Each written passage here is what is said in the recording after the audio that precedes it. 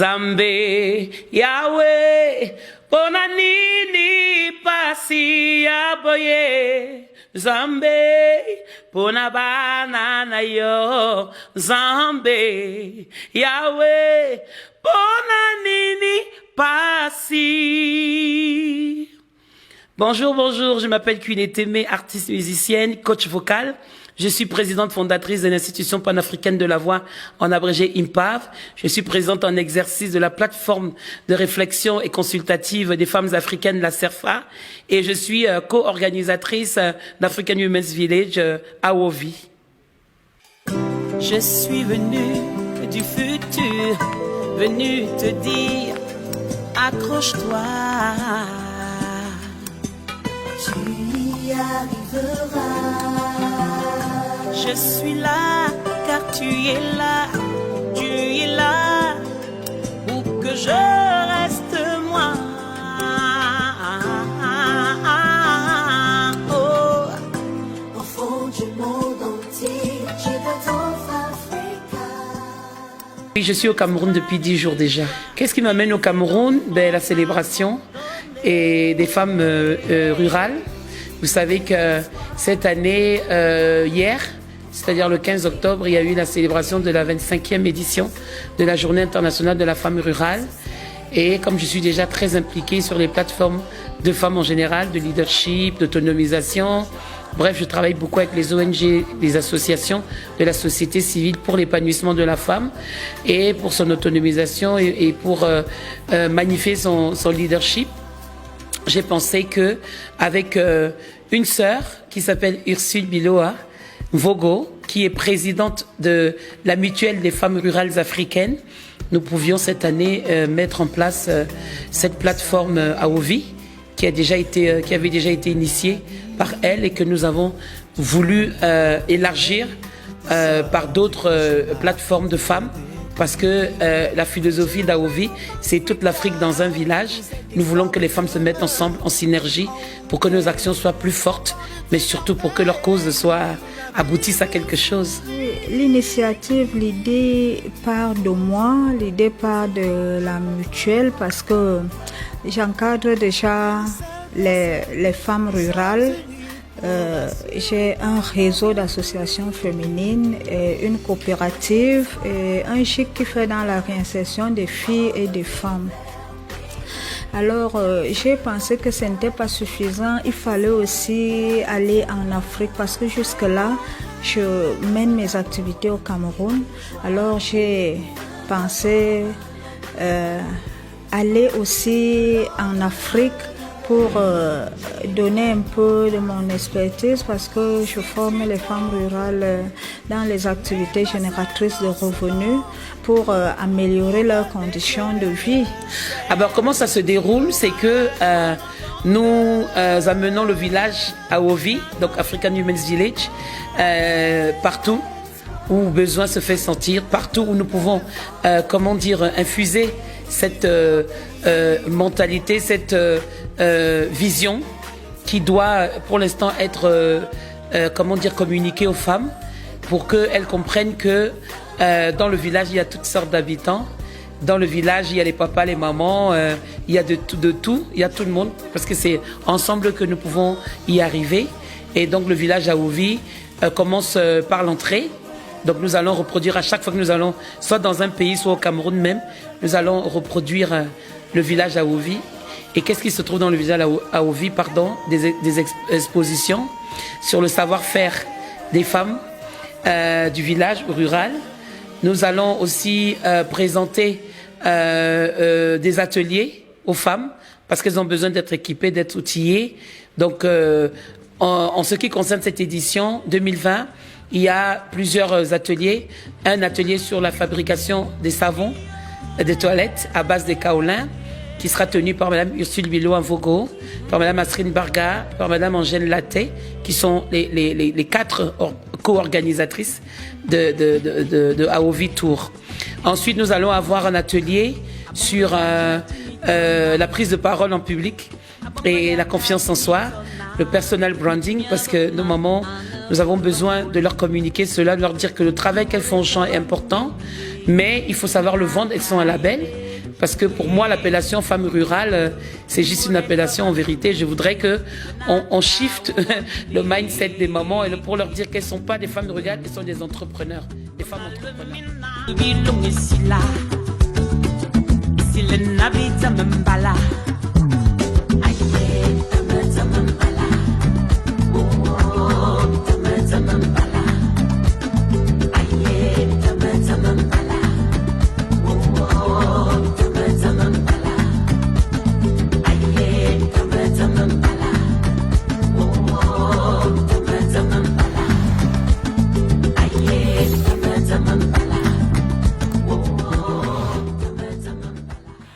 Disons que j'ai souhaité apporter ma contribution à African Village sur le plan juridique parce que j'ai rencontré Queen Etemeh, une artiste que j'admire énormément. Et dans le cadre de nos divers échanges, elle m'a dit voilà, j'ai cette initiative-là. Et je lui ai demandé si elle avait un aspect juridique déjà apprêté. Elle m'a dit voilà, vu que tu as des compétences et je sais que tu as la fibre associative, je souhaite que tu prennes ce volet en main. À mon humble avis, il n'y a pas tellement de différence entre la femme rurale et la femme de la ville urbaine, si on peut le dire ainsi, parce que la femme rurale traite le produit à la base, c'est-à-dire à la terre ou à l'élevage à l'eau. C'est un produit que nous consommons sur nos tables. Nous, les femmes urbaines, nous consommons sur nos tables. Donc, il y a une solidarité déjà qui doit exister entre les femmes, qu'elles soient rurales ou urbaines. Donc, je dirais que un des problèmes fondamentaux, ce serait que les femmes prennent conscience de la solidarité qui devrait exister entre elles, qu'elles soient urbaines ou rurales. J'ajouterais que souvent, si les gens nous méprisent dans le sens de ne nous prennent pas à notre juste valeur, c'est peut-être parfois parce que nous ne nous sommes pas donné assez de valeur. Donc, encourager les femmes à avoir confiance en elles, à se donner de la valeur, à s'exprimer, à prendre des risques. Et dire aux hommes que les femmes sont leurs partenaires, sont leurs aides et que nous devons travailler tous ensemble. Oui, j'attends des résultats positifs. Je suis convaincue qu'après cette première édition, les femmes vont prendre conscience et qu'elles vont mettre en pratique toutes les activités qui seront menées, les formations parce que le thème de cette année parle d'opportunités. Or, les opportunités que les femmes rurales peuvent avoir, c'est de se former vraiment pour pouvoir avoir accès au financement. Parce qu'il y a des financements qui les attendent dans des ministères, le ministère de la Femme, de l'Élevage, de l'Agriculture. Mais c'est à partir des formations qu'elles pourront découvrir qu'il y a des financements pour elles dans les ministères. Donc après cet événement-ci, elles auront de bonnes informations et elles pourront prendre des dispositions pour entrer en possession de ces financements et pour pouvoir financer leurs différents projets.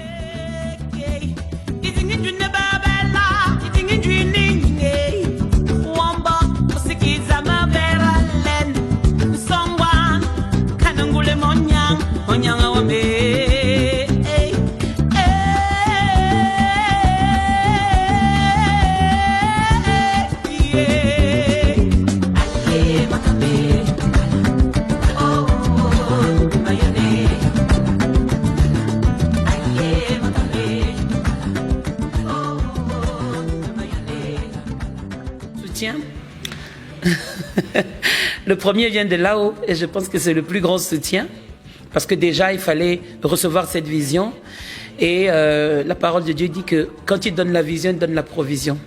Alors si vous voulez me demander si nous bénéficions pour l'instant du soutien des institutions et des partenaires, des sponsors, des mécènes, non. Nous faisons tout sur fonds propres et par des volontés des sœurs, nous-mêmes déjà, le comité d'organisation, nous nous mobilisons et nous mobilisons toutes les ressources que nous avons. Je pense que les plus importantes sont les ressources humaines d'abord et aussi le comité scientifique. Pour que nous puissions mettre en place ce village, il faut qu'il y ait des cerveaux qui pensent et qui puissent réaliser tout ce qui peut être bon pour améliorer les conditions de vie des mamans. Donc nous avons un ingénieur, architecte à la base, qui travaille avec Madame Ursule, qui conçoit, par exemple, il a conçu un four traditionnel mais moderne, avec plusieurs foyers pour diminuer la pénibilité de nos mamans dans les cuisines. Donc c'est comme un four à gaz, sauf qu'on met le bois et on peut mettre plusieurs casseroles sur les foyers et ça diminue la fumée et toutes ces choses-là. Donc on a aussi beaucoup d'inventions, d'innovations qui peuvent concourir à alléger les difficultés des mamans. Comme une seule personne, nous sommes unis pour assurer ton avenir. Tu es l'espoir de demain, enfant de divers pays. Tes rêves seront réalité, car ce ciel est le tien. Besoin d'amour et de joie, besoin d'avoir un lendemain. C'est une vaste question et c'est une très belle question. Alors moi, je commencerai par dire que chaque génération vient avec sa touche.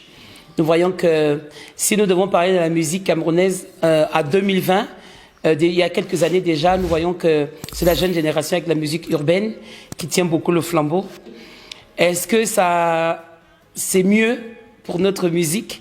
Est-ce que c'est pas mieux? En fait, je pense que c'est individuellement, on peut pas mettre tout le monde dans le même lot, puisqu'on voit qu'il y a des gens qui ont quand même émergé, comme les Stanley Eno, les Daphné, Charlotte Dipanda.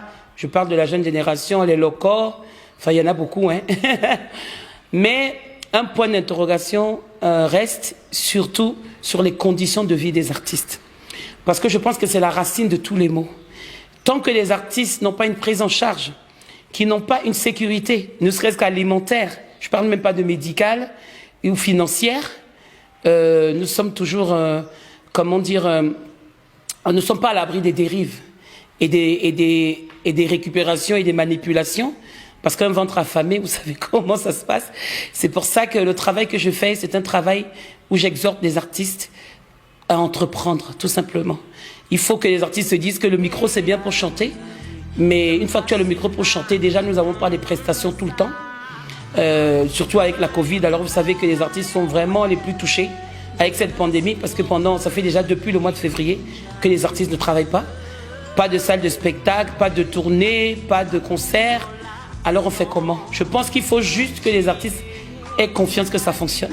Il faut aussi qu'ils se débarrassent des strass et paillettes, parce que le bling bling et tout ça, ça a beaucoup perdu certains. Le bling bling, c'est quand tu es sur scène, je veux dire en dehors de la scène, tu es un être humain mortel comme tout le monde et tu as besoin de faire bouillir ta casserole, payer tes factures, gérer ta petite famille. Et je pense qu'il faut que les artistes arrêtent de penser qu'ils sont sur un piédestal et que tout le monde doit leur dérouler le tapis rouge, qu'ils sont tout le temps dans les strass et paillettes avec les lumières, devant des foules. L'artiste doit aussi pouvoir rester seul face à son destin et faire une introspection et construire sa propre vie. Et toutes les maisons de disques, toute l'industrie de la musique dit que l'Afrique est le prochain continent qui va générer le plus d'argent dans la musique, parce que c'est le continent le plus jeune et un continent qui reste encore vierge, où l'industrie n'est pas du tout organisée. Donc nous ne devons pas encore rester là à attendre que les choses se passent. Nous devons nous organiser pour être comme les Nigérians, pour être comme les Ghanéens, ceux qui commencent déjà à émerger. Aujourd'hui, on a des artistes là-bas qui montent des firmes, qui emploient des gens. C'est à ça que nous devons arriver et c'est un process. Merci.